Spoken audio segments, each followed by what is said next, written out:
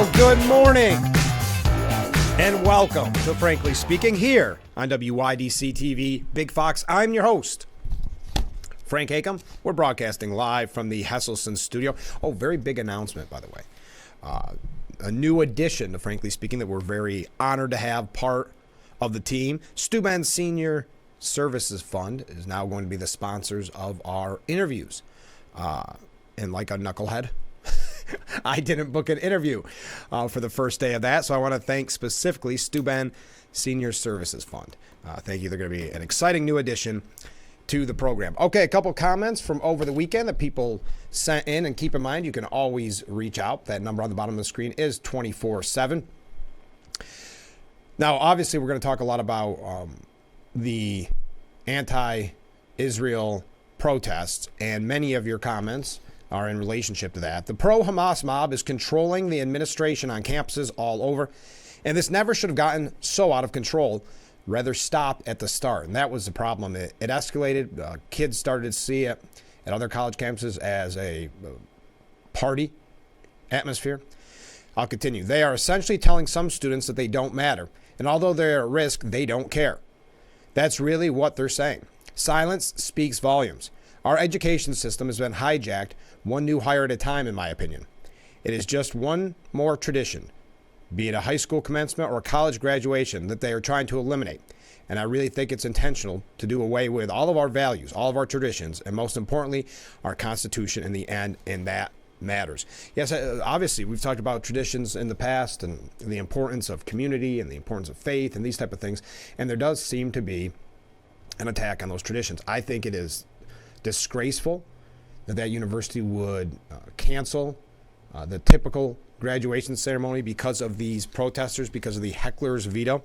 I'll continue, though, because we have so many comments. I don't want to run too late. Cornell's demand list, wish list, presented should be ignored and given no legs, or it will only embolden and amp up the demands. They are relentless, and I fear will stop at nothing if given the chance. Yeah, you really can't give in an inch, and that's the problem with Columbia right now. They kept giving in, and now they have again, and we're going to get into depth over this, but they essentially got rid of the deadline to break down the encampment. Again, coddling these agitators. Next, as far as the college protesters, they should be worried more about their schooling and career at this moment in their lives. Other countries stopped it because parents complained to the university that their tuition was supposed to be used towards a career, not protesting. Interesting point about the career. Some students, and I don't want to give all of our topics away, but some students are demanding amnesty, no punishment for their actions, because they're starting to realize there could really be future complications, maybe losing their degree, getting suspended, etc. So now they want to do all of the screaming and yelling and, in some instances, violence. They want to do all that and be told by the quote-unquote grown-ups that it's all going to be okay, that they're not going to get in any kind of trouble. So we'll talk about that. Final message. The biggest problem we have in government is the concept of they. They don't care. They are not doing anything to help our border problem. Overuse of the word they doesn't target the ones responsible. We need to start holding the individuals. I think that means responsible. They refers to by name, not just a general term. Thank you very much. Hey, speaking of which, before we get into the protest, I'm not sure how this keeps happening, but lately we've been starting the program with why it is so important to know who you're voting for. Did you see, I'm sure you've seen this by now, Monroe County District Attorney Sandra Dorley? She's since deleted her social media after so much criticism. She called a cop a bad name after getting pulled over for speeding. The official page of Monroe County DA Sandra Dorley has been deleted. At last check, the comments on all the posts have been flooded with people from around the world calling on her to resign. Now, the upstate New York prosecutor, now this is, of course, from the New York Post, started taking heat last week when body cam footage captured her bratty encounter with the police officer who allegedly clocked her doing 55 in a 35. Durley refused to stop and drove home, where she called the cop a bad name, taunted him that, quote, I know the law better than you, when the unnamed officer asked for her ID. She then called Webster Police Chief Dennis Kohlmeyer to complain and put him on the phone with the henpecked police officer, the footage shows. Despite the prosecutor's tantrum, she was issued a traffic ticket and ultimately paid off the fine, but the explosive video went viral and prompted a flood of calls for her resignation. She said in a statement, "Once I realized that the intention of the police car was to pull me over, I called the Webster police chief to inform him that I was not a threat and that I would speak to the officer at my house down the street," she said in a way little too late mea culpa. It has led, and again, this is why it's so important to know who you are voting for.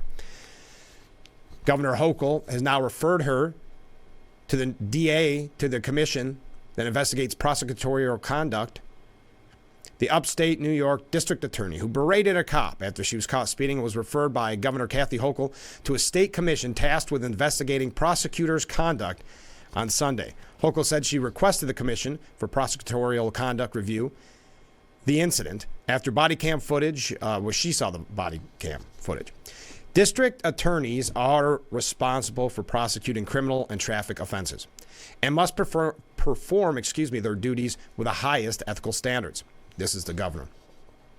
Earlier today, I referred the Monroe County District Attorney to the Commission on Prosecutorial Conduct following the release of police body cam footage showing her claiming she's above the law, attempting to use her public office to evade responsibility, and acting unprofessionally towards a police officer simply trying to do his job. We are deeply grateful to the men and women of law enforcement who put on a uniform each day to protect the safety of all New Yorkers. Now, this commission that she's referring to is made up of 10 members and was created back in 2021 to act as an independent entity that probes conduct in district attorneys' offices and strengthens oversight for prosecutors to ensure they are held to the high ethical standards. The police officer even at one point says, "Why are you so upset with me? I'm doing my job." Seconds later, she could be heard on the phone with the Webster chief of police and asking, "Can you please tell them to leave me alone? You know what I've been dealing with all day? 3 murders in the city. And do you think I really care if I was going 20 miles over the speed limit?" Durley also encouraged the officer to write the ticket because she said her office would be prosecuting it. So there you are. Another fine example of why you should know who you're voting for and do the research, do the homework, and that's one of the goals we've made for this program, to get you as many of the candidates on the air as possible so you can ask questions, so we can maybe get some more information, more so than just what their Facebook or their website has to offer. So especially as we near primaries and near Election Day, we'll have as many candidates on as we can so you know who you're voting for and you don't have a scenario like that. Now, we have a lot that we're going to get to this morning when it comes to the protests. I know that's been a major topic here on Frankly Speaking, but there's so much to talk about. Also, I don't think there may be one quick piece I want to get to. If you want to talk about the White House Correspondents' Dinner, it's not my cup of tea, but if you have a comment, if you happen to see it over the weekend and you want to let me know what you think. I did watch some of it. I'll be fully honest there. And I didn't think much of it, and I kind of do like those things as a rule. I thought this one was a little bit too, I don't know. Didn't it seem to me, if you watched any of it, it seemed more like, yeah, Biden had to take a couple hits. That's the nature of the game. But overall, it was really glowing at Biden, where Colin Jost, the comedian, saying that Biden's a decent man and that his grandfather, who had just recently passed, voted for him because he was a decent man and he reminds him of his grandfather, et cetera, really receiving a standing ovation from the people that are supposed to hold truth, hold them accountable, hold the politicians accountable. Always interesting with that. But we're going to start with the protests when we get back from a break. A quick update. It's not a full update, but CNN has been kind of putting a quick here's what you may have missed up on their website. So we'll just take a look at those and then get into the nitty gritty. As I said, Columbia, I guess that deadline is just nothing anymore, non-existent, which is kind of interesting when you see the administration caving. And this is not just at Columbia. It's happening all over the country. Now, some did crack down over the weekend. And we've also got, unfortunately, some very bad examples of anti-Semitism, the violence. This is not the peaceful pro-Palestinian rallies they want you to believe that they are on the news. There's a lot more to dissect there. So let's take our first break so I don't run too late. Stay with us. This is Frankly Speaking here on WYDC TV, Big Fox. Yes, it's a foggy day. Kind of eerie looking, isn't it? Welcome back to Frankly Speaking as we broadcast live from the Hesselson studio here on Market Street in Corning. A comment from a viewer, yes, New York State, dead last in economic outlook. That comes as no surprise, something we talked about. We had the Assemblyman on Friday talking about the $237 billion New York State budget that will do absolutely nothing to keep people here as a fine piece. And I can't remember who wrote it right after the budget was passed, saying this does absolutely nothing to stop the mass exodus from New York State. We can talk about that if you want. We can also talk more about that DA. I just find that kind of interesting. I wonder where that leads, what ends up happening to her. That's an elected position, but okay. This is not the whole list, but this is what CNN has updated us with. Protests at the University of California, Los Angeles crescendo. Whoa. Come on, CNN, take it easy. Into screams and scuffles at times on Sunday as demonstrators breached a security barrier intended to separate opposing protest groups. The university said it is heartbroken over the physical confrontation. At Washington University, more than 80 people were arrested at the campus. We'll talk more about that. That was on Saturday. About 100 people were arrested on Northeastern University campus in Boston on Saturday morning as authorities broke up an unauthorized encampment. Student organizers are disputing some of the school's claims about the encampment. At Arizona State University, police arrested 72 people in connection to an encampment on campus. And the number of demonstrators on George Washington University's campus is dwindling, but another group has erected an encampment of about 20 tents on a nearby public street. So why would you do that? Why would you separate it? It's weird how protests evolve, where there's so many people that want to be the supposed ringleader of it. One thing I wanted to mention, Portland State University said it will pause receiving gifts and grants from the Boeing company, which has ties to Israel, until the college holds a forum to debate the ethics of doing so. The school's president cited the demands of students and faculty in their decision to pause funds. Well, they talk about caving. Portland State University caving to the list of demands. Caving and not accepting grants or gifts from Boeing Company because Boeing Company helps Israel. Well, maybe that's maybe the punishment.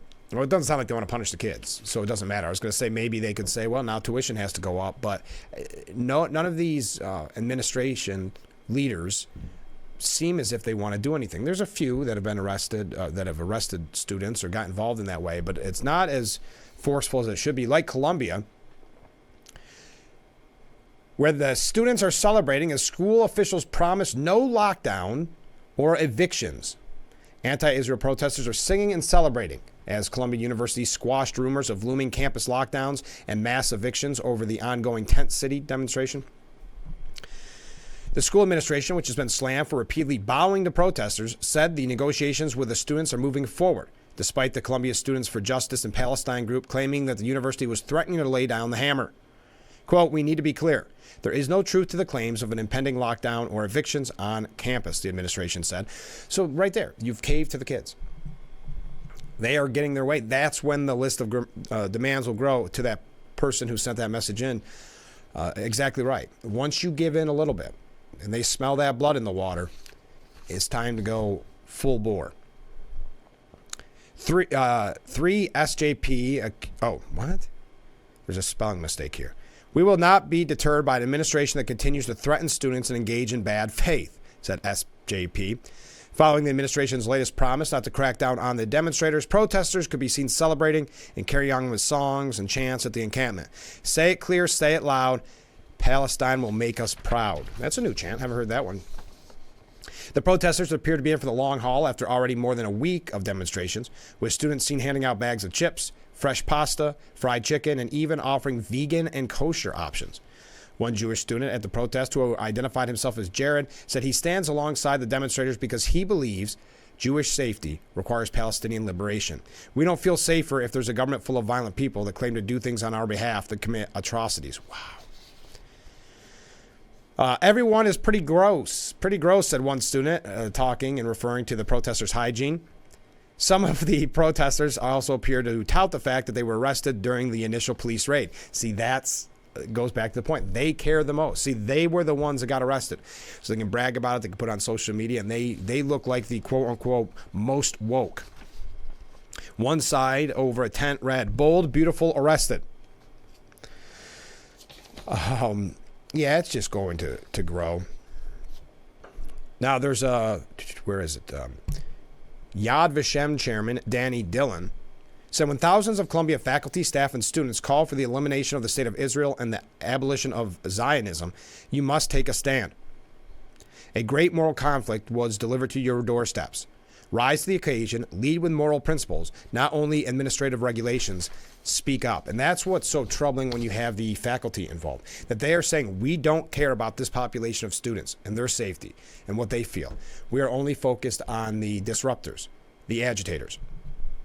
Now, that's Columbia, but elsewhere there were some arrests over the weekend. Cops arrest 200 anti-Israel protesters at college campuses across the U.S. See, that's still not that high of a number. But hundreds of anti-Israel protesters were arrested at college campuses across the U.S. on Saturday, where fed-up administrators finally said enough is enough. Now, as I said, Columbia University, though, dithers, allowing a Gaza solidarity encampment to remain and dropping a deadline to remove it while they negotiate with student leaders. Over 200 protesters at colleges, including Northeastern University in Boston, Arizona State University in Tempe, Indiana University in Bloomington, and Washington University in St. Louis were arrested on Saturday. Videos shared online show varying stages of chaos unfolding at the protests, including clashes between anti-Israel demonstrators and law enforcement, to students being dragged away by their feet. And that's the videos that the media love to run with, to make it look as if these universities are overusing their power, and these police, because remember, this protest is very much anti-police as well. Video shows the protesters linking arms as riot police push forward with shields. One clip shows at least 4 officers dragging off a single protester by the back of their shirt before officers dismantled the student encampment. Earlier this week, 33 people had been arrested at an encampment the school officials said were intended to occupy the university's space indefinitely. Now, we're not going to go through each of these. This is just what the New York Post reported on.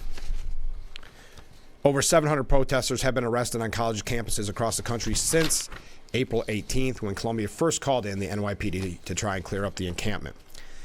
Now, what's interesting about Columbia, and I don't know if you heard this, I know we're going through a lot here and I'm running a little bit late, but when we come back, we'll talk about this. But did you hear about the student government president at Columbia? Well, we'll talk about that when we come back, and we're going to bring it home right in our backyard. Cornell, give you an update on what's going on at Cornell, what some of the people have said from over the weekend, some of the political movers and shakers, if you will, what they had to say about this. It's not going to be the only thing we focus on this morning, but please feel free to weigh in on other topics of the day. There's some polls that came out, even CNN had to report on, showing the Trump nostalgia factor and not necessarily too positive on the current president and the current administration. So we'll probably get a chance to talk about that. There's also a really interesting piece, which I doubt we'll be able to get to, but it's all about the topic that we've had so often on this program, which is about the real threat of China, Russia,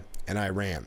And there's about a 10-piece report on that, and 10 pages. I'm not going to be able to get to all of it, but we may highlight a few of the things from that piece as well. But feel free to weigh in at any time on this beautiful, foggy Monday morning. We are just getting started with Frankly Speaking here on WYDC TV, Big Fox. Wow, the fog. Not clearing up, is it? So be safe on your way into school or your way into work. Maybe leave a little early.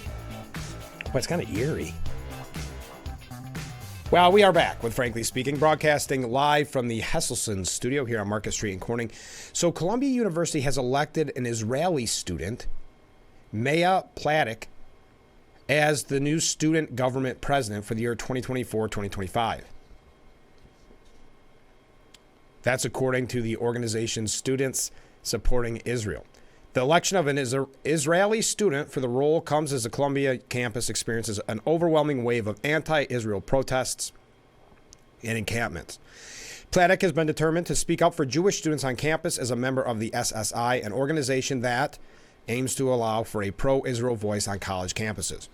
She introduced herself to the student body in a speech following her election. I'm an Israeli rising senior and was recently elected as the student body president at Columbia University.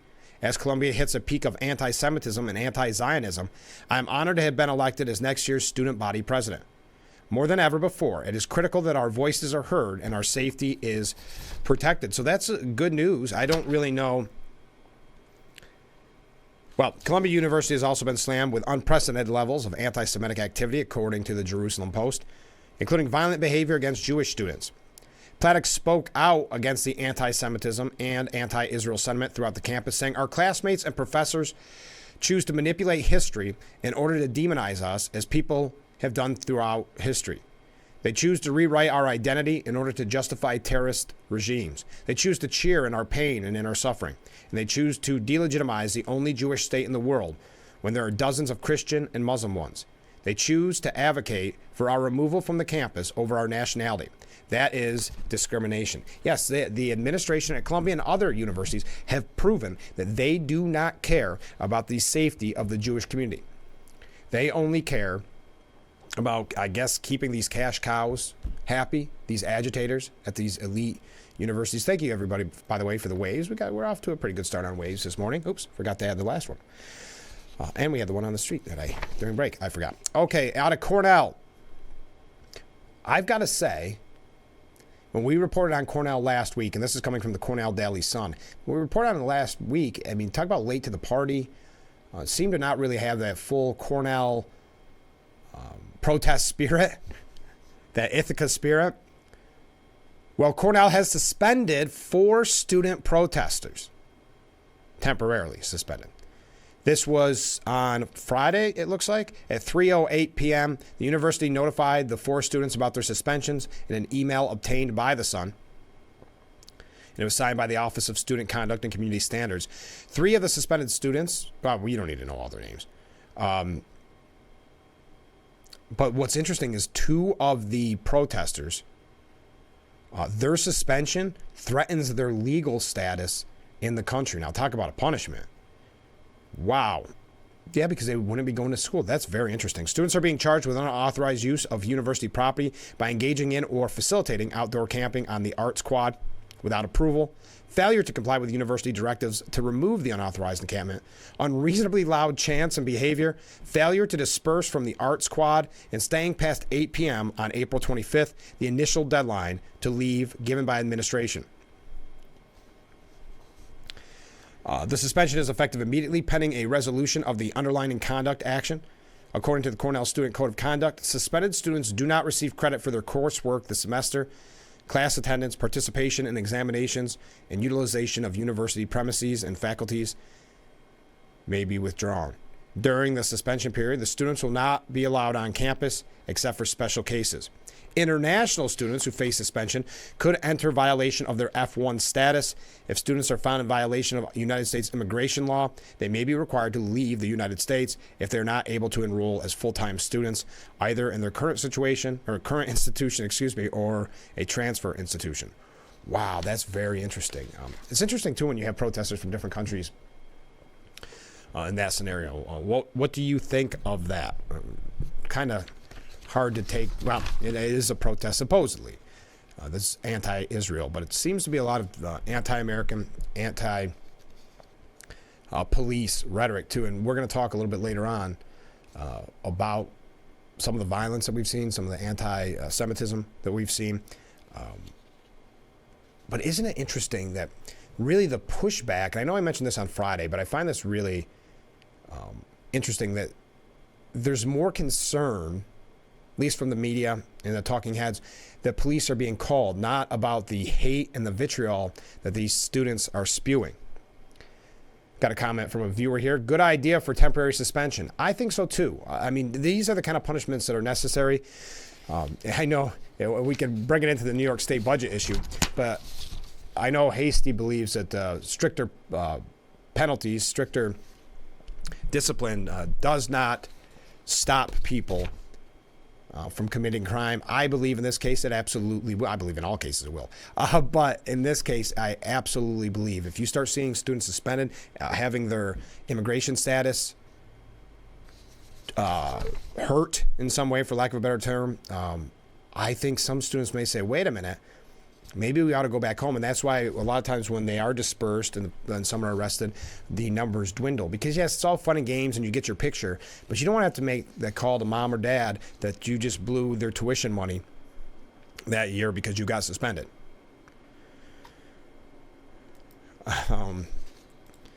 Harvard, this is to show you about the anti-American sentiment. Harvard's anti-Israel protesters fly Palestinian flag in a spot that is reserved for the Stars and Stripes. Anti-Israel protesters at Harvard. Yes, Harvard has been taken over now by the anti-Israel protesters as well. They flew a Palestinian flag at the Ivy League school in a spot usually reserved for the American flag, as campus demonstrators continue to spiral out of control. The shocking display on Saturday came as radical students continued to occupy the campus, with video circulating online showing 3 students raising the Palestinian flag over the iconic statue of John Harvard. That's where the Stars and Stripes are intended to fly. In total, 3 flags were hoisted at the campus. The flags raised by protesters over University Hall were removed by Harvard facility staff. The actions are a violation of university policy, and the individuals involved will be subject to disciplinary action. Now, many took to online to attack, if you will, these students.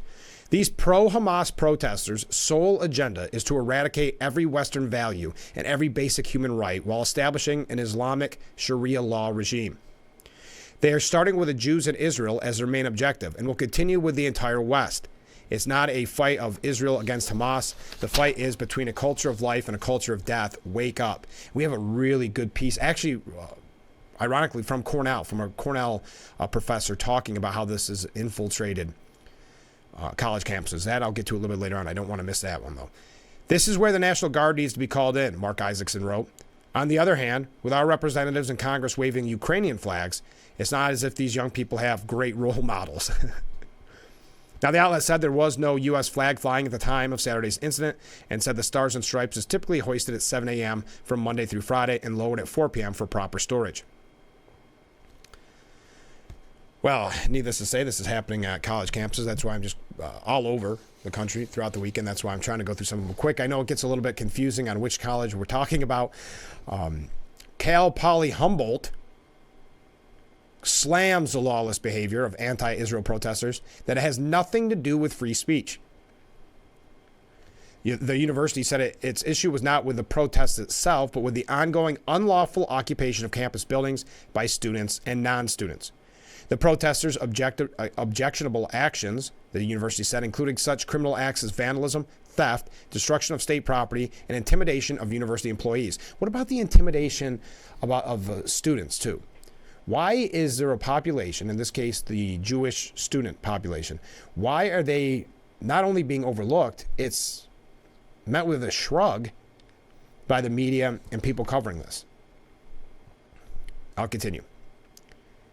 Actions that have created safety hazards for those who have barricaded themselves inside, blocking access to the building. This has nothing to do with free speech or freedom of inquiry. It is lawless behavior that has harmed the vast majority of our students whose education has been interrupted, damaged the reputation of our school, and drained resources from the accomplishment of our core educational purpose. It estimated the cost of the illegal activities will be in the millions. And that's another thing you don't think about, as that one university won't take any more grants or funding from Boeing.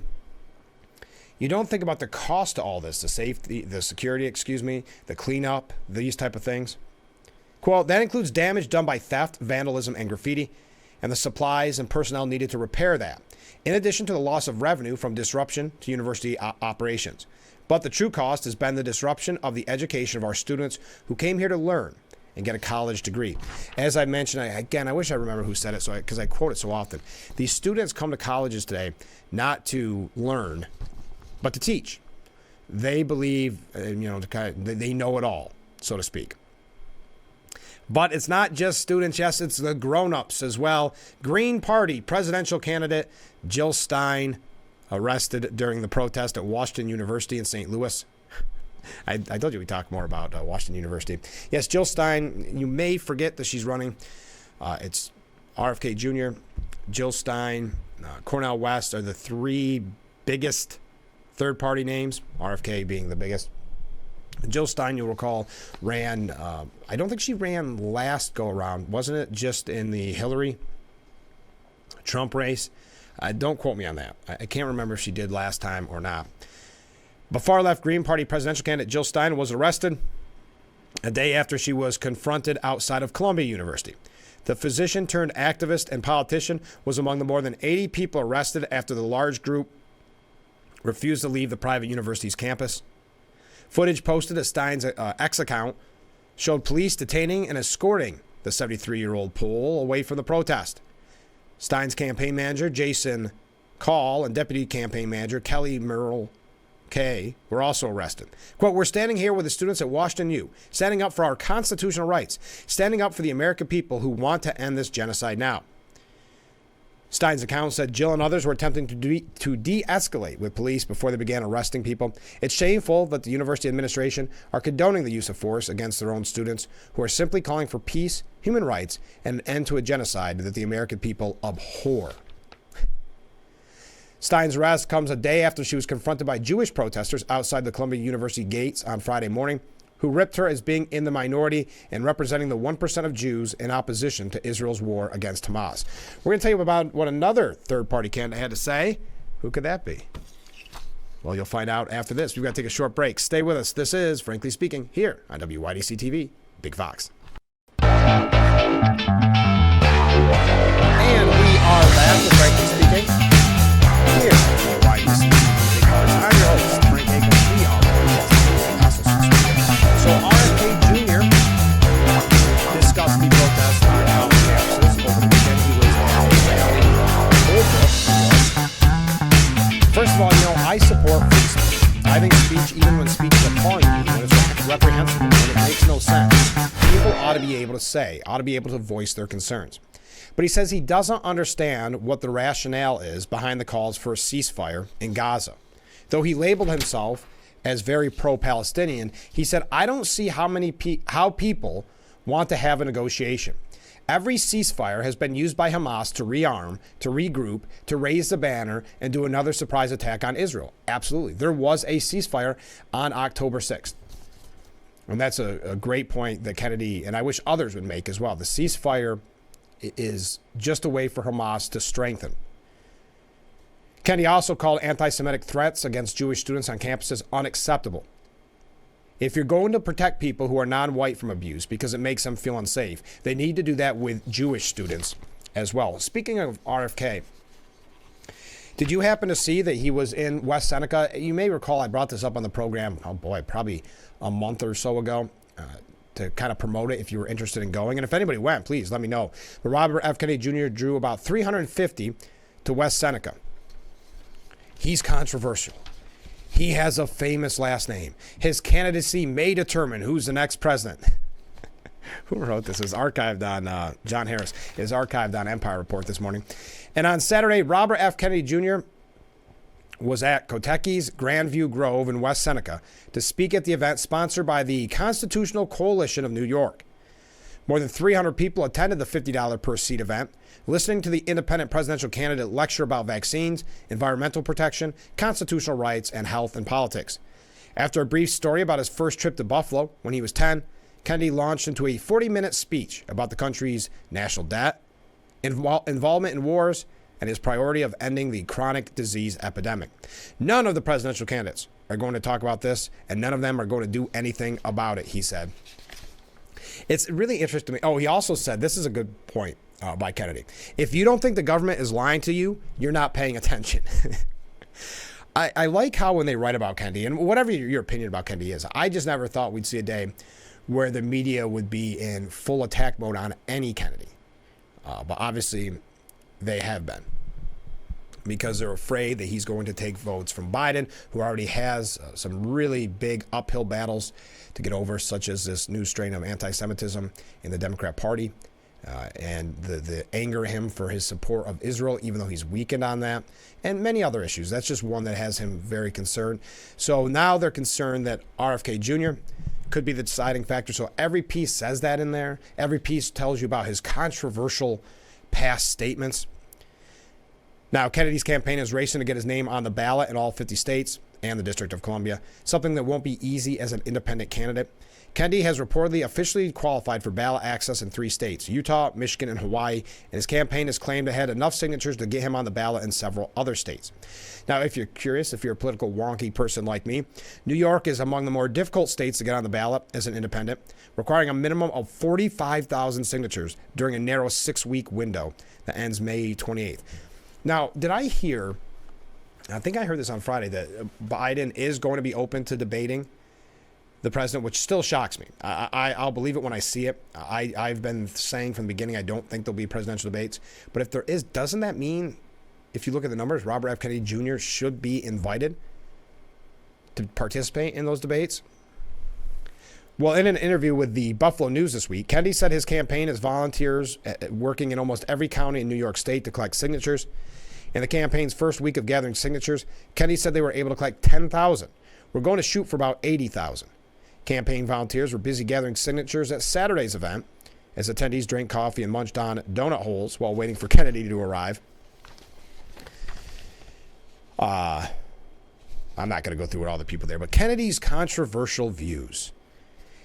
In an interview with the News, Kennedy claimed his views on vaccines have been distorted in the media. If people want to get vaccinated, they ought to be able to, and we ought to have good science, safety science, and efficiency science on every vaccine, and we ought to be open and transparent about it, adding that we should all have informed choices.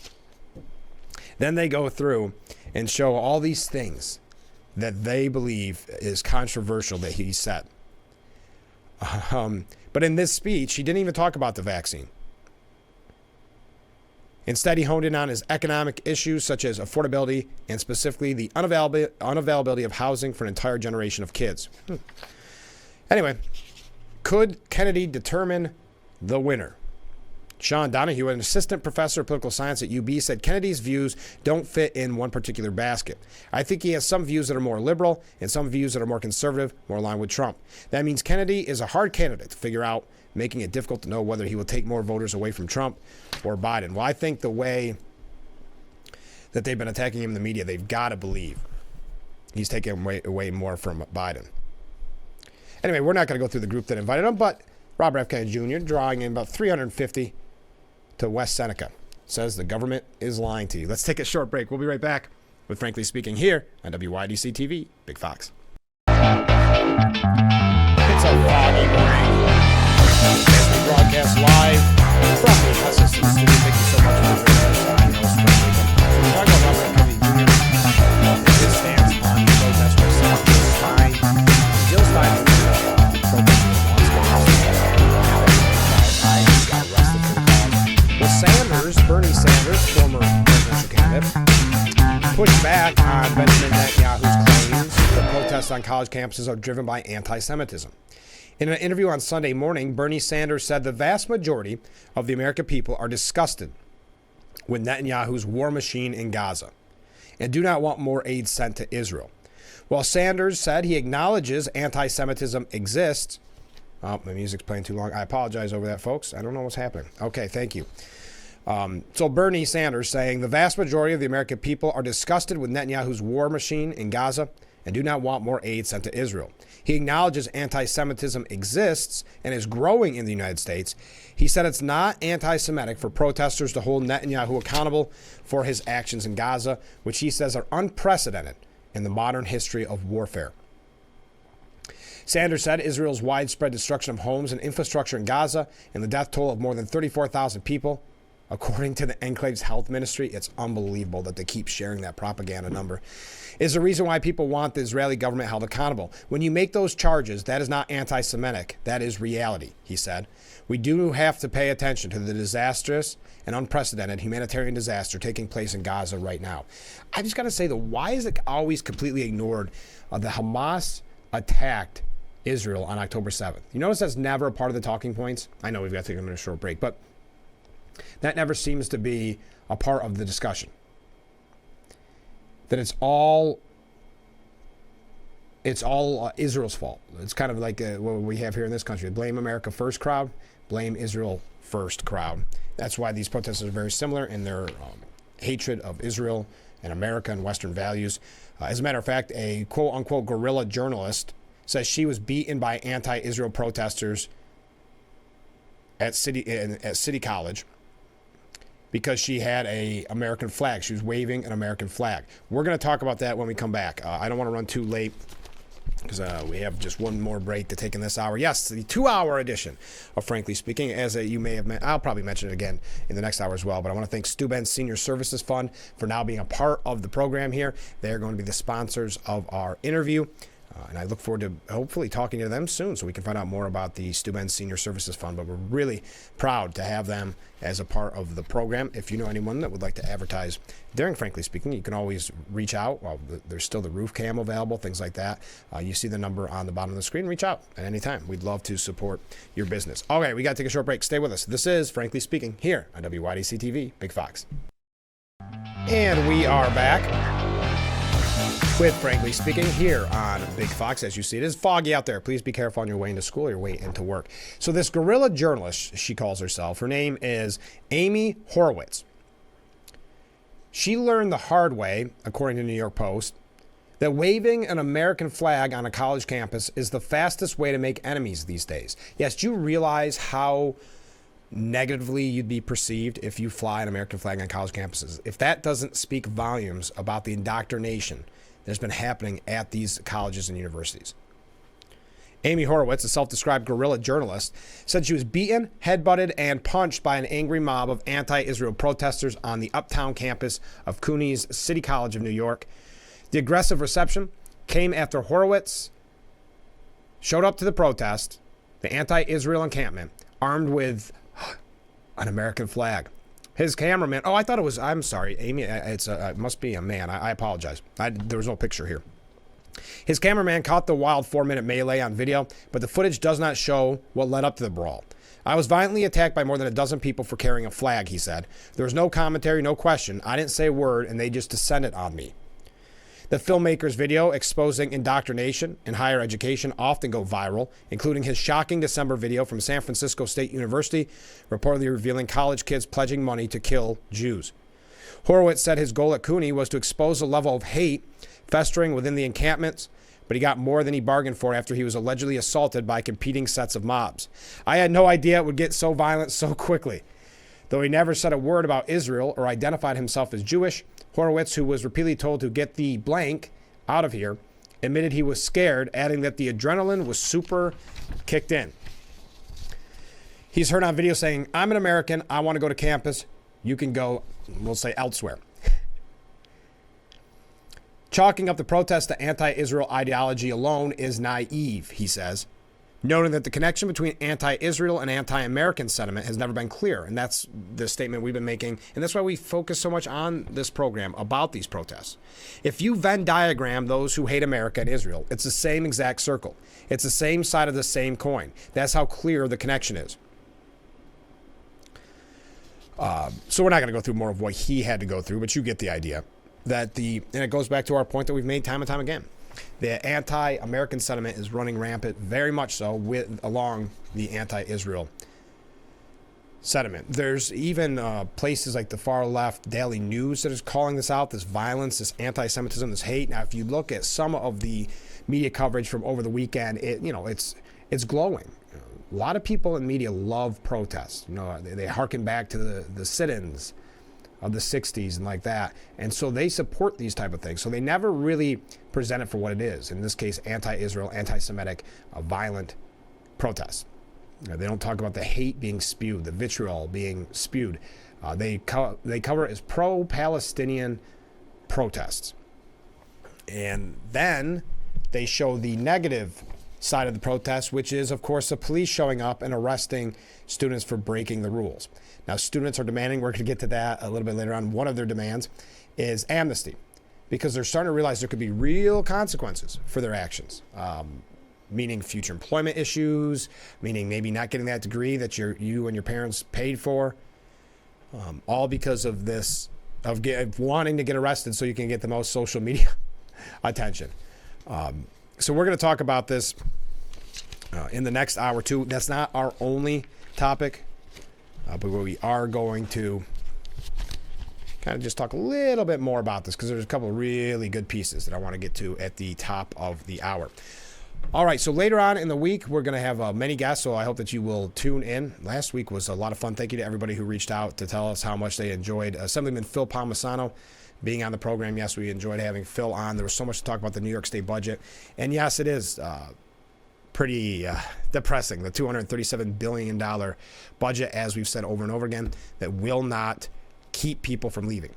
As we hear that New York is dead last in economic outlook, when you see the real issue with immigration, the real issue with public safety, and you see a lack of concern for all those things coming from Albany, as if they don't mind the mass exodus. But as we, and there's so many people that said it on Friday's show and before, that New York, most New Yorkers now have a 5-year plan, meaning that they probably can't upend their life right this moment, but they're going to work on leaving the state within 5 years. I don't say this with pleasure. This is heartbreaking that has come to this, but that's what happens when there's a supermajority in Albany that cares more about maybe virtue signaling than actually doing what's best for New Yorkers. So they throw money at the problem, which very rarely fixes it. And that's why you see public safety not being taken seriously. I will say it's good news, and we mentioned on Friday's show, it is good news that they put stricter penalties on those that would attack a retail worker. But the fact that they had to argue and negotiate over that shows you how lost of a cause it can be in Albany sometimes. I know that many of you get very upset, like when I have the sheriffs on, whether it's Sheriff Schramm or Sheriff Allard, and you hear about what these laws really do, how they impact you, how there's victims that did not need to be victims because of this anti-police, pro-criminal mindset coming out of Albany. I realize I just went on a tangent, and I apologize over that. But when we come back, we are going to talk a little bit more about the protesters. Please feel free to weigh in. What's your thoughts? Columbia completely caving. There is no deadline any longer. Unbelievable. So we will talk about that when we come back. Stay with us. This is, Frankly Speaking, here on WYDC TV Big Fox, broadcasting live from the Hesselson studio, and we'll be right back. Nope, maybe not. There we go.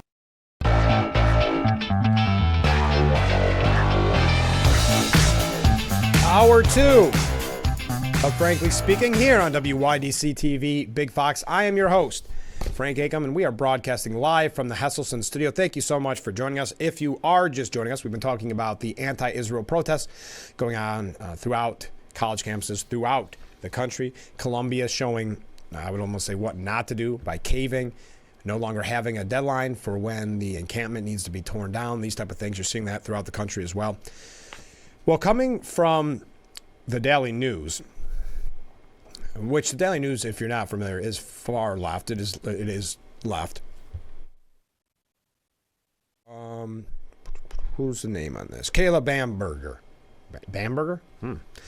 But while the high-profile protests and calls for the resignation of the Columbia president seize public attention, a damaging and perhaps lasting change is underway on the Manhattan campus. Increased tension, growing alienation, and vitriolic speech are cutting through the student body, creating wounds that may not heal. Since October 7th, it's been very tense, but I never felt unsafe, said Liam Shore, a freshman. But ever since last week, it actually felt uncomfortable to be inside the campus.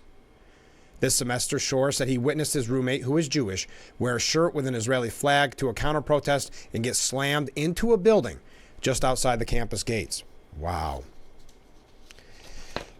This is a really interesting piece out of the Daily News.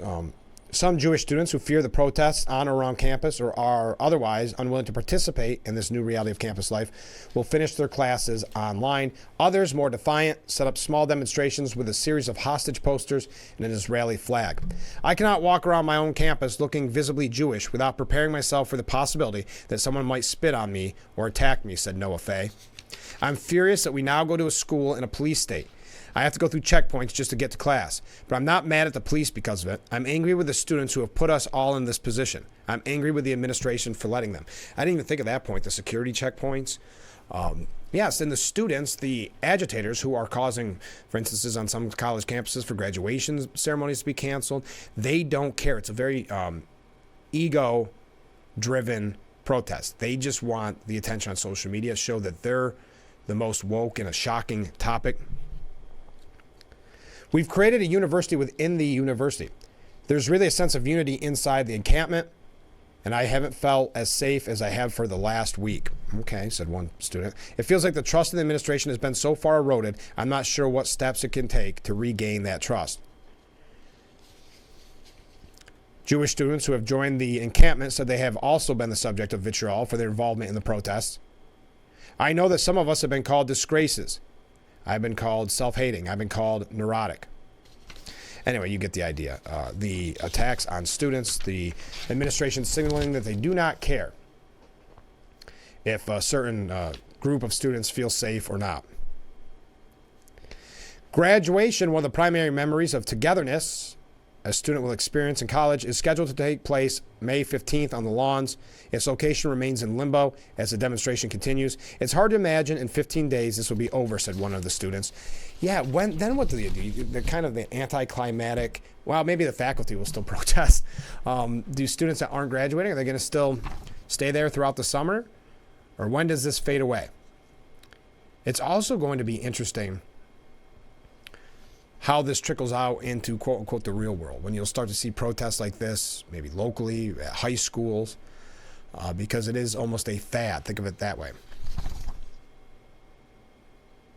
Well, I'll read comments here in a little bit. I hate trying to go live with the comments, but thank you. Keep them coming in, and we'll read them a little bit later on. Thank you for the waves. Now, anti-Israel radicals shared a guide online over the weekend for how to take over university buildings. A Big Apple anti-Israel group blasted out a how-to guide to seizing buildings as protests rocked universities in Manhattan. Days after cops arrested over 100 Columbia University students and cleared a large anti-Israel encampment at its Upper Manhattan campus, the People's Park radicals posted the, quote, do-it-yourself occupation guide on its Instagram account, which shockingly has 2,300 followers. We are sharing educational-only materials on tactical skills, like holding down occupations inside of university buildings, read the post. The 32-page booklet details tips for breaking into abandoned and commercial buildings, diagrams and step-by-step guides for barricading doors, and advice on how to maintain control of an occupied space. When, quote, less destructive methods for entering a space don't work, more aggressive options are abundant. Use a crowbar to open a window. Cheap latches and latches on older aluminum windows often break in place. It also includes tips for how to create shields out of trash cans for protesters to defend themselves during a march onto a property, and advice for handling different alarm systems. We look ahead to when we are entering the building, take over the streets, and occupy the city, the text read. To do this, we need to further cultivate the various techniques of occupation that may have been put on the table for building takeovers. City Council Minority Leader Joseph Borelli tore into the student demonstrators looking to further ratchet up tensions. These trust fund troopers, I like that. These trust fund troopers and future cat ladies should go to Gaza with their homemade trash can shields and barricades.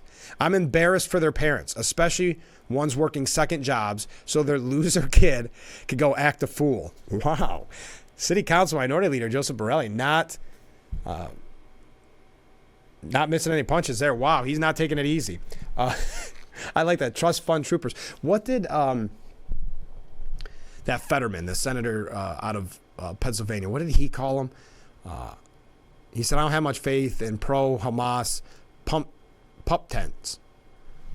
We'll get to that maybe as well. But as I had mentioned, college students are seeking amnesty to keep arrests and suspension from trailing them in the future. Yes, they want no punishment. They want to get away with this kind of destruction, this anti-Semitism, without any type of repercussions. And in their defense, that's pretty much been the case so far for many of them. But they're starting to realize if they get arrested, what that can mean for their future job prospects. Miriam Alwyn figured the worst was over after New York City police in riot gear arrested her and other protesters on the Columbia University campus, loaded them onto buses, and held them into custody for hours. But the next evening, the college junior received an email from the university. Alwan and other students were being suspended after their arrests. The students' plight has become a central part of protest, while students and a growing number of faculty demanding their amnesty. At issue is whether universities and law enforcement will clear the charges and withhold other consequences, or whether the suspension and legal records will follow students into their adult lives. I don't know. There's consequences in life. And that's one thing that they should be taught. If nothing else, they love to brag about being arrested. We heard about the sign that said, bold, beautiful, arrested. They love to brag. They love to go on social media and say, I was one of the 100 that got arrested. But at the end of the day, probably when they tell their parents, and their parents go, well, that's great. You just probably cost yourself your dream job or all that money for tuition or whatever the case may be. Terms of the suspensions vary from campus to campus, but it's faculty calling for this as well. So these kids should just have a get out of jail free card for protesting. Questions about their academic future remain. Will they be allowed to take final exams? What about financial aid, graduation? Columbia says outcomes will be decided at disciplinary hearings, but Alwan says she was not given a date. This feels very dystopian, she said. Now, she's a comparative literature and society major. I don't know what kind of job that leads to. What started at Columbia has turned into a nationwide showdown between students and administrators over anti-war protests and the limits on free speech. I'm not going to go through all. We know what schools have been doing that. But that is interesting when you think about, it's all fun and games. You've got your tents. You and your friends are kind of making a party out of it. You can scream anti-Semitic statements at the top of your lungs. For some reason, that's supported by the left now. As we mentioned numerous times last week, there was that great piece. And then the piece is a little wonky, but I thought the headline, did I save it? Yeah, the headline, Meet the New Left, who think Hamas are good and the swastikas are woke. So these students feel that, look at me, look what I'm doing. I'm getting arrested for this cause. And then they don't realize what that means for their future. And then you have the international students, like we saw in Cornell, that could cost them their immigration status. What do they believe? I guess, well, let me wrap with this. May commencement ceremonies add pressure to clear demonstrations. University officials say arrest and suspension are a last resort, and they give ample warning beforehand to clear the protest area. Vanderbilt University in Tennessee has issued what are believed to be the only student expulsions related to protesting this conflict, according to the Institute for Middle Eastern Understanding. More than 24 students occupied the university chancellor's office for several hours on March 26th, prompting the university to summon police and arrest several protesters.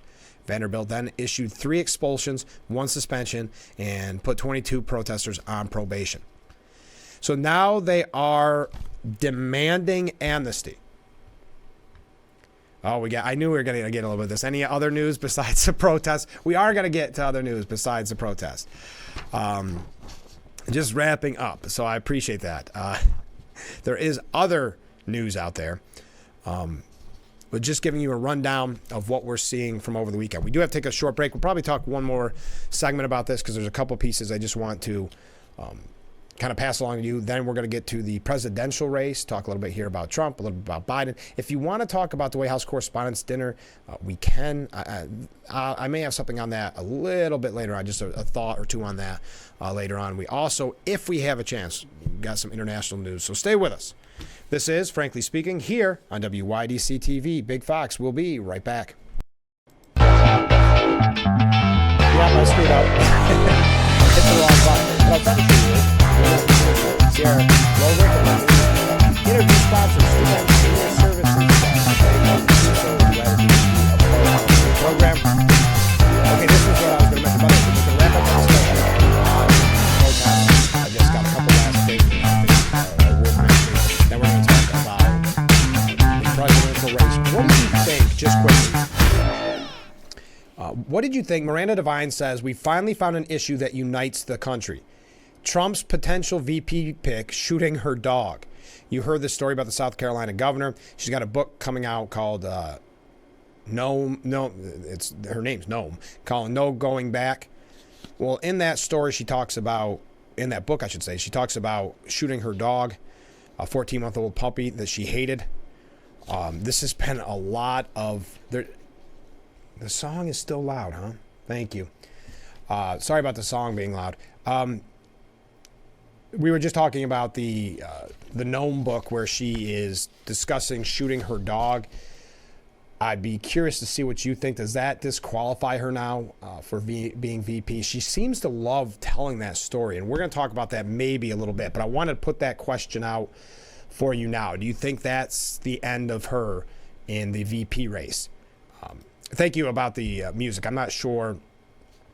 I've got it fixed now. It's a setting that she keeps going back to like the original setting, and I'm not really sure why that is, but we should be good. So my question, in case you missed it, I don't know how much you missed, is with Gnome's book. Does that mean that she's probably going to be disqualified for being the VP? Christy Gnome boasting about she shot dead her dog, a 14-month-old puppy, because she hated the dog. What do you think about that? We'll talk about that in depth, but I am going to wrap up our discussion on the college campuses. And again, thank you to Steuben's Senior Services Fund for sponsoring our interviews. We do not have an interview on today, but I did want to thank them for being a part of the show. And if you know anybody that would like to sponsor a part of Frankly Speaking, see the number on the bottom of the screen, just reach out to me. This is what John Fetterman said, because I kind of butchered his quote. Senator John Fetterman, the Democrat from Pennsylvania, said, "I don't believe living in a pup tent for Hamas is really helpful.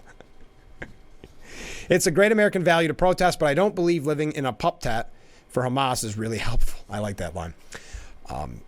This is scary, though. I don't know if you saw over the weekend, it might have happened on Friday, at George Washington University, there was a person holding a sign that said "Final Solution."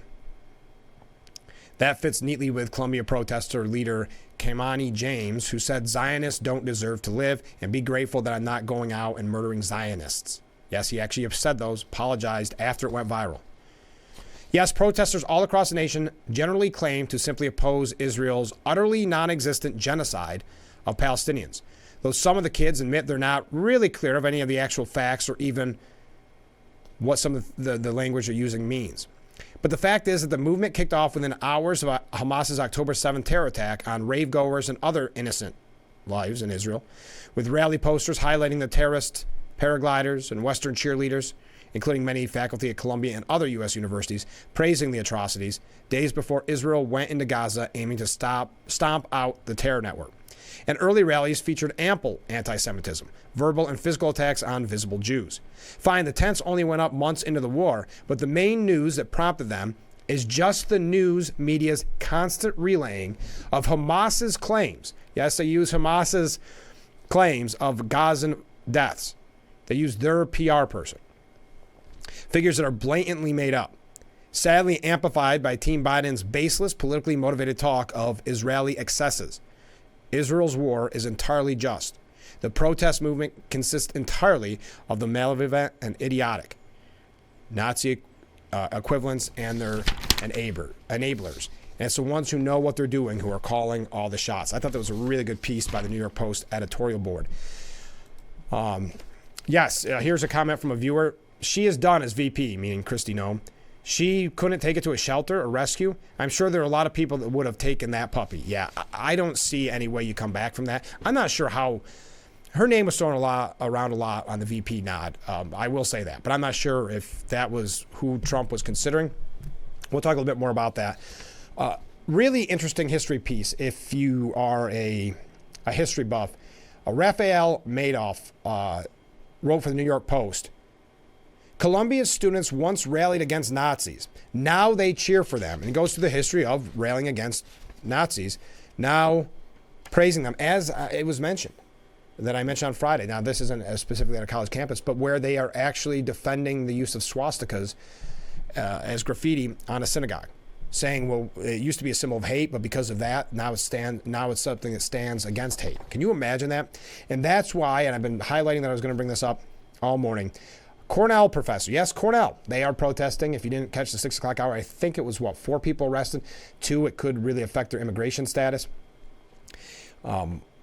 As anti-Israel agitators continue to take over college campuses across the nation, a professor at Cornell University told Fox News that what is happening at Cornell University in particular is no surprise and something he says has been building for a long time now. This is not a peace movement. This is not let everybody live, let bygones be bygones. This is an uncompromising, rejectionist ideology that rejects the existence of a Jewish state in the Middle East, and that is their goal. Tear it down. This is the only solution in their words. And I think people need to listen to them when they tell them they want an intifada. I have trouble with that word, I'm sorry. Intifada. Believe them. I've spoken out against it before, and I've called on the administration to stop the radicalization and their very aggressive anti-racism program, which demonizes people based on their ethnicity and their race, and inevitably leads to Jews being targeted. So this has been building, and the fact that students are now bold enough in the main quad of campus, large groups of students, to chant, there's only one solution, intifada or revolution. It's really creepy, said Jacobson. Again, this is Cornell University Professor Jacobson, William Jacobson. He added, it's all a reflection of everything that's gone wrong on the campus. How the administration has not been responsive to alumni calls from him, and calls from parents to stop the ideology he says is enabled on the campus. And we've talked about that. For whatever reason, these administrators don't want to lose their cash cow, I guess. Their worst instincts, the demands for violence, their genocidal calls have been unleashed, and the administration has been very tepid in the way it has responded. Not only at Cornell, but we see it at Columbia. And that tepid response has led to increased vitriolic chants on campus, people marching through buildings with bullhorns. Yes, you get that mob mentality, right? When you march through a building with a bullhorn, you're not merely expressing your viewpoint. You can express your viewpoint in dozens of different ways. You are seeking to intimidate people. When you are in a crowd in the quad chanting for an intifada, for a bloody suicide bombing campaign, you are not merely expressing an opinion. You're seeking to intimidate people. And I think we need to recognize that. And he's concerned that things could grow more severe. The only question is, when are they going to cross the line? When is the rhetoric, the cult-like chanting, going to turn into action? And that's what I think we have to be concerned about. You had a professor infamously saying in front of a large crowd of people that he felt exhilarated when he heard about October 7th. He then tried to walk it back and said, well, he's never support of killing civilians. But I think his first reaction and his first instinct was his true belief. I believe him. When he said he felt exhilarated, I believe him. I think he was telling the truth about it. I just thought that was an important piece from Jacobson, William Jacobson, Cornell professor. This is well, let me take a step back. So I'm in favor of people telling us how they really feel. I don't want to suppress that. I don't want to drive that underground. I want the whole world to see what we are up against. Not just the Jewish people, not just Israel, and not just the Cornell campus, but really the United States. See what we are up against. This is a death cult ideology. It's a destructive ideology. It's a dead end for society, and it is flourishing among a component of the campus. Again, not the entirety of the campus, not the majority of campus, but the very, very vocal minority on campus.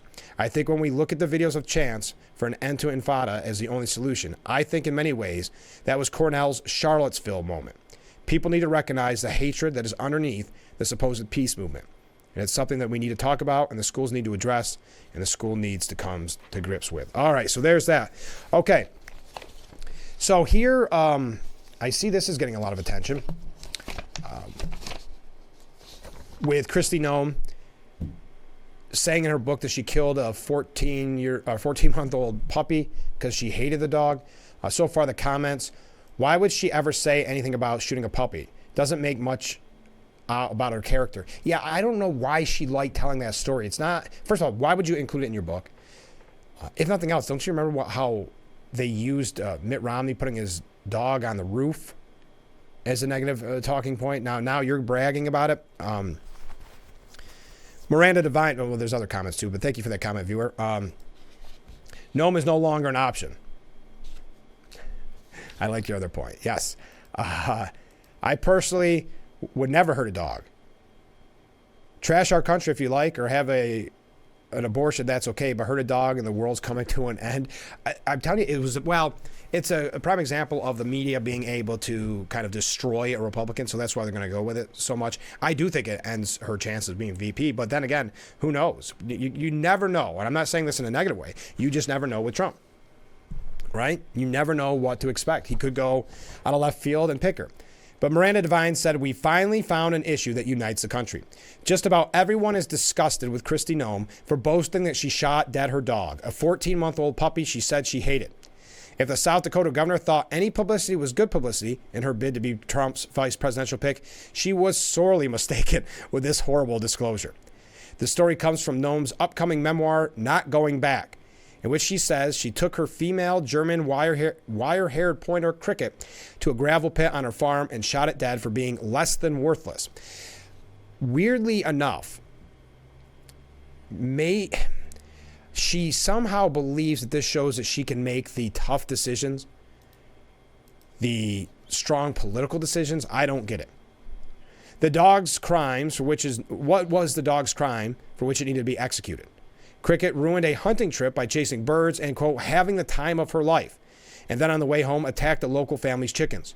Noam also boasted in her book that after killing the dog, she took the family goat to the same gravel pit and shot it because it was nasty and mean and smelled disgusting, musky, and rancid. Sure, it's a fact of life on farms and ranches that animals will have to be put down, but to do so in anger, as Noam apparently did, is appalling. The dog was young, and she had failed to train it properly or keep it under control. She admits she was angry. Quote, I hated that dog. At that moment, I realized I had to put her down. That is not normal. It is shameful. And for Noam to dine out on the story, as she has done for years, and then use it to sell books, shows shocking judgment. 4 years ago, she was warned that the story would appall most Americans across ideological and party lines. But all she did was add the embellishment that the dog tried to bite her after the chicken fiasco. So this is what kind of makes me angry more so about it. She was warned people aren't going to like that story. But she kind of doubled down, tripled down, added that the dog tried to bite her, and still thinks this plays. Perhaps she was told too many people that the story to keep it quiet. But now she claims that she included the anecdote in the book that shows she was willing to do, quote, the difficult, messy, and ugly thing that needs to be done in life and politics. What she actually showed was that she will never shake the epithet Jeffrey Dahmer with veneers. Yeah, I don't think you come back from that. Weigh in if you think differently. Did you like Noam being the pick in the first place? I didn't really have a strong opinion one way or the other. It's been kind of fascinating to watch the quote-unquote horse race and who you ultimately think it's going to be. I mean, there's a couple of New Yorkers on the list, at least Stefanik and Lee Zeldin could be on that list. I just can't imagine. But again, Trump sometimes just does Trump. So I'm not saying she's 100% out. Boy, it seems like she's got to be out, doesn't it? You can't, especially in the way she described it. Just interesting to me. So Kristi Noem shooting a 14-month-old puppy because she hated the dog, according to Miranda Devine, has made us all come together and be angry. I don't know if that's true or not. Now, did you watch and please weigh in. Do you think she's done? Thank you, by the way, for the waves coming in. Did you watch the White House Correspondents' Dinner? Now, Miranda Devine, just to piggyback with her stories at the Post, she did a piece because if you watched it, Colin Jost was and he's from Saturday Night Live, and he was kind of the headliner of this to make fun, and he had a couple good lines, couple bad lines, but at the end he kept going on about how decent of a man Biden was, and it became kind of like a campaign speech for both Biden when he started and for Jost. According to a new Gallup poll, Joe Biden is the least popular president of the last 70 years. But you wouldn't know it from the White House Correspondents' Dinner. Instead, that was a flattering suck-up to Biden amid jabs at Donald Trump. Again, no surprise. Now, if you recall, when Trump was president, he never went to the White House Correspondents' Dinner. Because, I mean, it's the people that cannot stand him. Well, we got a lot of comments coming in. I'll read them when I get back from break. I don't like to go right off the cuff here. Okay. Colin Jost, best known as Scarlett Johansson's second husband, is a Staten Island boy who reads the Post. So you'd think he'd have some clue. But he ended his performance with a gushing tribute to Biden's, quote, decency. This is what he said. Remember, this is supposed to be where you roast the president. I actually thought he was going to get emotional because I guess his grandfather recently passed away. He said, my grandfather, a Staten Island firefighter, voted for you, Mr. President, because you are a decent man. My grandpa voted for decency. Decency is how we're able to be here tonight. Decency is how we're able to make jokes about each other, and no one of us doesn't go to prison after. So Joe's got a standing ovation for that from the people who are supposed to hold the government accountable. If that doesn't, and that's why I've always watched this with fascination, because it shows you where the media really stands. So he gets a standing ovation for that from the group that tells us that they hold government accountable. that they're fighting for democracy. But Miranda Devine says Joe Biden is not decent. He made that clear a few minutes before Joe took the stage when he gave a graceless, inappropriate stump speech in which he lied about Trump and then laughably urged the assembled media to fight disinformation. Biden rolled out his favorite lies about Trump, like he said he wanted to be a dictator on day one. False. When asked if he would be a dictator in office, Trump joked, no, other than day one. Biden said Trump promised a bloodbath when he loses again. We have to take this seriously. False. Trump said there would be an economic bloodbath if he were to lose the election. You know these. Biden then called on the journalists in the room to report truth over lies. In an age of disinformation, credible information people can trust is more important than ever. Honestly, there's nothing decent about a president who lies and gaslights the American people day after day. There's nothing decent about throwing your political opponent in jail, as Biden and his cronies are trying to do with Trump. What a great point. We're going to talk a little bit more about this when we come back. This is from Miranda Devine. Stay with us. She gives a laundry list of why she does not believe him to be decent. That's coming up. Oh, this is a good point. Biden is such a decent person than that he couldn't even acknowledge his granddaughter. Go figure. That's a very, very good point. Thank you for that. Now let's take a short break. We'll be back with Frankly Speaking here on Big Fox. Broadcasting live from the Hesselson studio on that eerie look of Marcus Street. Please be careful on your way into school or your way into work, as it is, as you can tell, a foggy morning. We are back with Frankly Speaking. So Miranda Devine's point in all of this is Joe Biden is far from decent despite what the media and celebrities may claim. And that was what was pushed at the White House Correspondents' Dinner. And so she put together a list, and I'm going to just go through a couple of them. This, again, Miranda Devine, I'd love to hear what you have to say. Oh, also, before I tell you the list of why she says that not decent, this comment coming from a viewer about Kristi Noem. Honestly, I didn't know about the dog, but Kristi Noem is a turnoff to me because of the ads that are cutesy. But I fear she would enjoy the theatrics and spotlight more than important issues that we face as a country. I did, however, appreciate that she backed off in the very beginning of the presidential race in support of Trump. Thank you so much for that. All right. This is what Miranda Devine says. There is nothing decent about helping your family sell out the country to shady foreigners for tens of millions of dollars and then pretending you know nothing about it. Inviting millions of illegal immigrants into the country and then lying that the border is secure. She goes through some other things here. I'm just going to jump around because I want to go through the whole thing. But presiding over such a decline in decorum in Washington that cocaine is discovered at the White House and Democrat staffers post X-rated videos of an event that happened inside a Senate hearing room. Rewrite Title IX into a radical attack on girls and women. Allowing White House and campaign staff to refer routinely to Trump as a Hitler pig. Refusing to acknowledge your this to our viewer's point, refusing to acknowledge your out-of-wedlock grandchild until forced to issue a statement as part of a child support settlement Hunter Biden struck with the mother, and then failing to include the little girl in the annual family Christmas stocking lineup at the White House. Lying that the innocent truck driver involved in the fatal collision with your first wife was drunk. Refusing to provide Secret Service protection to Bobby Kennedy Jr., despite threats against him and the history of assassination in his family. Botching the withdrawal from Afghanistan so that 13 service members are killed by a suicide bomber, and then ordering a revenge hit that takes out an innocent Afghan aid worker and his family. Continually looking at your watch in boredom as the bodies of the 13 heroes are brought to Dover Air Force Base, and then infuriating the families by making it about yourself and the fantasy that your son died in combat too. Allowing your dogs to attack Secret Service agents, etc., etc. If you want to vote for Joe Biden, that's your choice, but don't pretend it's a vote for decency. Well, to Miranda Devine's point, and that's a pretty good list, the media's not reporting on those things, though.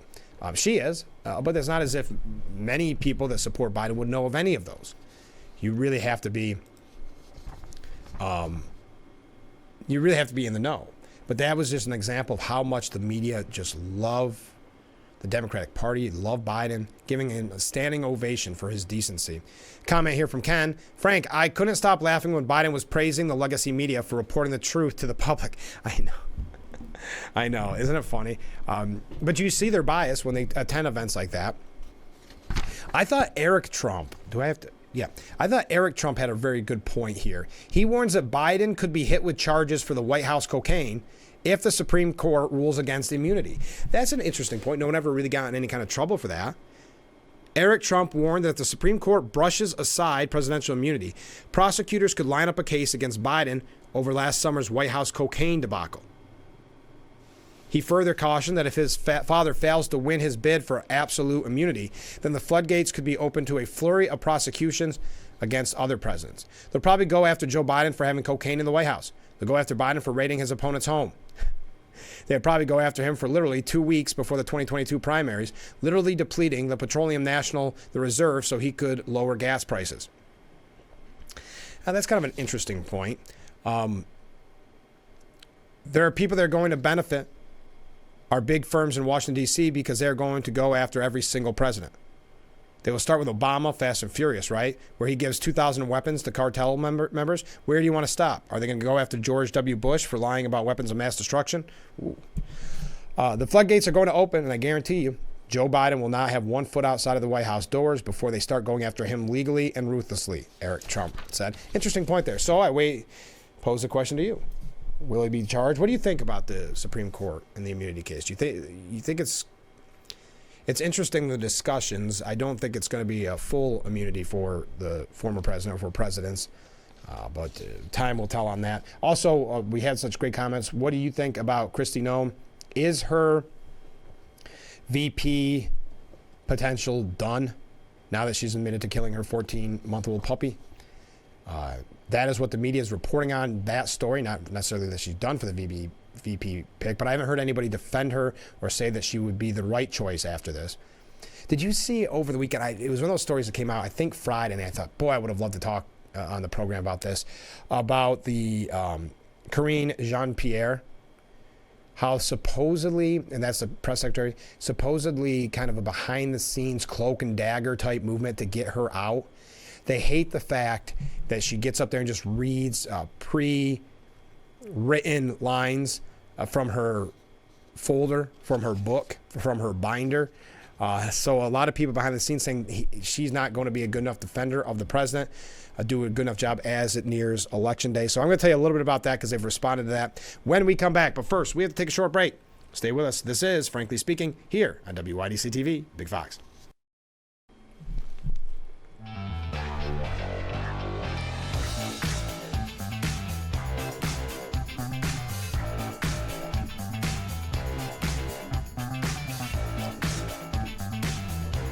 And we are back with Frankly Speaking here on Big Fox. I'm your host, Frank Hakem. We've had a great discussion. So, Kristi Noem, any chance of her being VP? What did you think of the White House Correspondents' Dinner? I will say I didn't watch all of Biden's speech because I kind of forgot about it. I did see all of Colin Jost. I thought, I'm going to be fair. I thought he had a couple good lines, a couple duds in there. I did think it was weird, the campaign speech really at the end about Biden being a decent man and kind of taking subtle digs at Trump, or suggesting without saying that Trump isn't a decent man. That was a little heavy-handed to me, but not surprised. You know that they're going to try to do everything they can to prop up Biden. His polls are looking very bad, as Miranda Devine said. The least popular president in some 70 years. And even CNN reporting this morning that his numbers are bad and that there's a lot of Trump nostalgia. And what that means is they'll try to tell you differently. They'll say, well, people just don't understand what's really going on. The economy's great. Everything's good.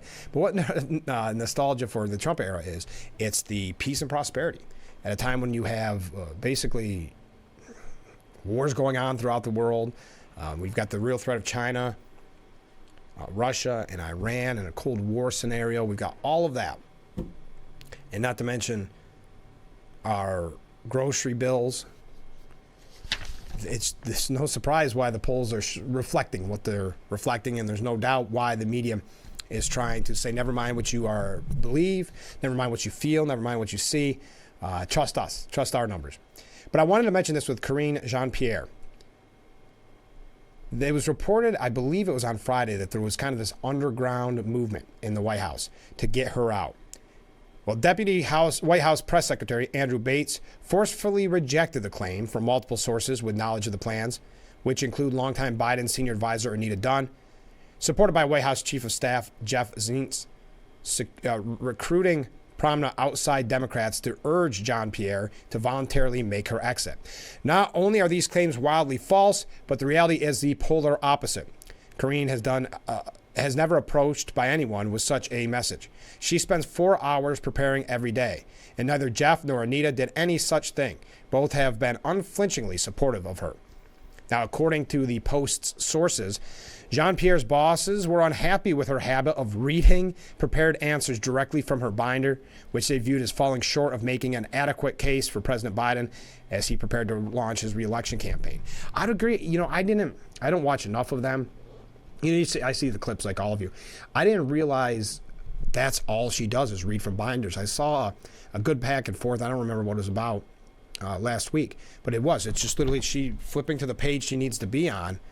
The awkwardness of that, the hold on kind of thing, and here we go. It's very strange. One of the sources told the Post, well, it says here, every press secretary uses the binder. Why is she being singled out?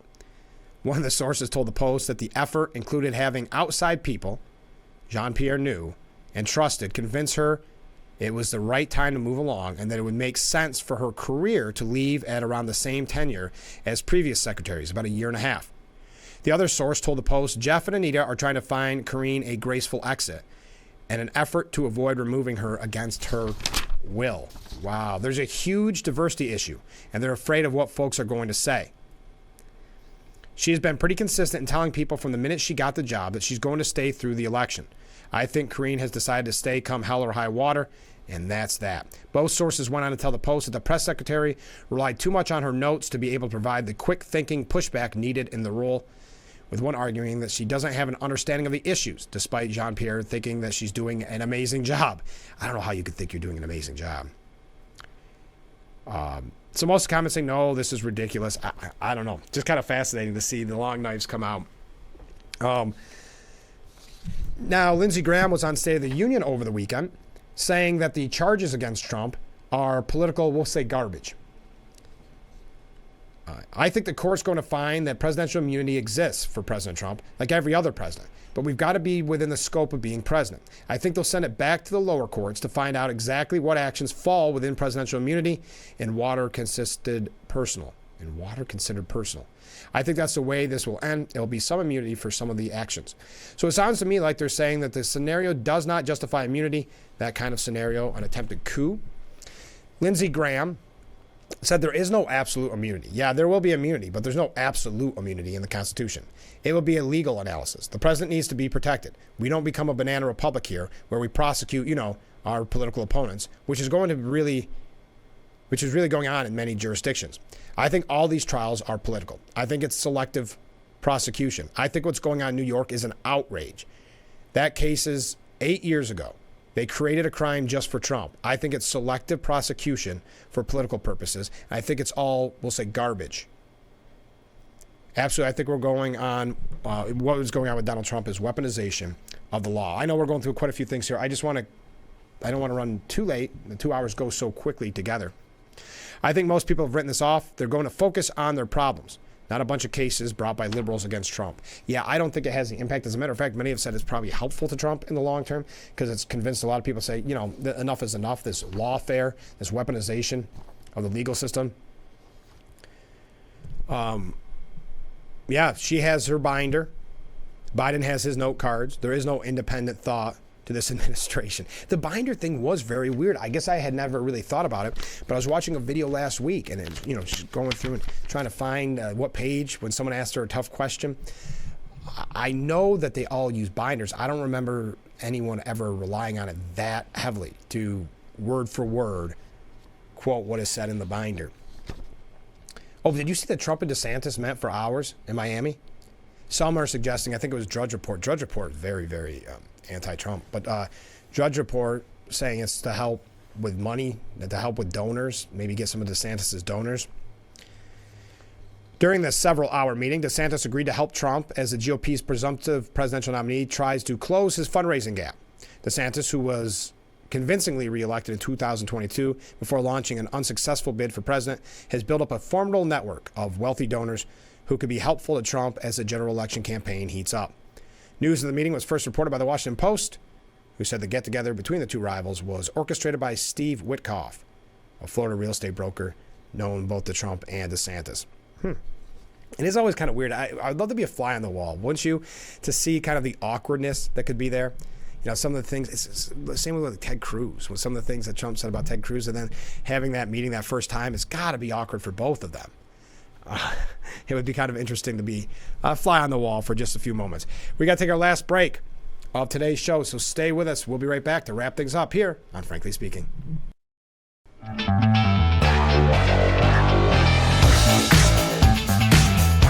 We are back wrapping things up on this Monday morning edition of Frankly Speaking. Where did the time go? Wow, we covered a lot this morning. I know we focused a lot on the protests. I do think it's a very scary precedent that's being set, and that's why I'm focusing on it so thoroughly, because I don't believe it just stays on college campuses, especially when colleges are out for the summer. Do we start to see them in the streets? Do we start to see them in high schools? I believe so.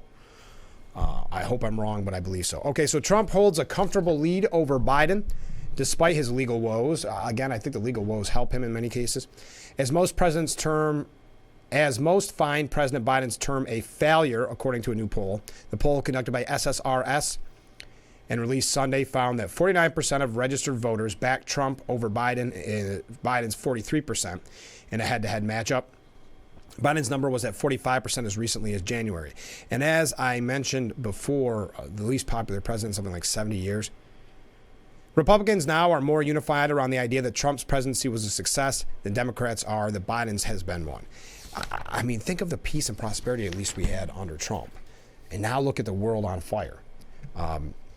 Stephen Collison said, Biden is up against nostalgia for Trump's first term. Ooh, interesting, first term. Interesting way he worded that. President Biden is casting the 2024 election party as a referendum on Trump, but it's a harder card to play now that he's in office, and some voters have warming memories of the former president's chaotic term. The presumptive GOP nominee is showing progress in gathering the Republican Party around him as his criminal trial is underway in New York. It fuels his claims he's a victim of political persecution. Even former Attorney General Bill Barr, who once said Trump shouldn't be near the Oval Office, told CNN he'd back him. And the former president met with DeSantis, as I mentioned. Now, this is coming from CNN, but you know the numbers are bad if CNN's reporting on this. Just over 6 months before the election, a volatile political climate is throwing up multiple tests for two flawed candidates, and it's hard to pinpoint which issues will be decisive in November. They span voter disenchantment with the economy to abortion rights, as well as criticism of Biden's leadership on key issues at home and abroad, at a time of stubbornly high inflation and growing protests on college campuses over Israel's war in Gaza. I'm shocked about this piece. Who knows? Maybe they're trying to lay the groundwork to get somebody else in there. I don't know. But I do not expect this from CNN. Kind of shocking. There is also the unprecedented spectacle of the potential next president facing multiple criminal indictments, including jury verdict within weeks in his Manhattan hush money case, as he tries to make a historic comeback after his efforts to overturn the 2020 election. And the impact on the race of Robert F. Kennedy Jr., an independent candidate who I mentioned was in West Seneca, got about 350 people there. Memories of Trump's Oval Office chaos are fading. Well, again, I obviously they always throw around the term chaos, but in that case, a lot of the chaos was what the media created around him. I just realized we were out of time. Trump maintains lead over Biden in 2024 matchup as views of their presidencies diverge. What else we got? Ex-Justice Stephen Breyer, said Sonia Sotomayor's retirement thoughts. She's a spring chicken. You can't get rid of her, is what he said. There's an interesting piece at the New York Post, if you get a chance. New Cold War with a new axis of evil. Isolationists in the U.S., GOP must join the fight as dark forces gather. All right, we are out of time for today's edition of Frankly Speaking. Boy, that was fun, and it went too quick. I hope that you'll join us tomorrow morning, starting at 6 a.m. for Frankly Speaking, only on WYDC TV. Big Fox, have a great day, everyone, and we will see you tomorrow morning, bright and early. I look forward to it already.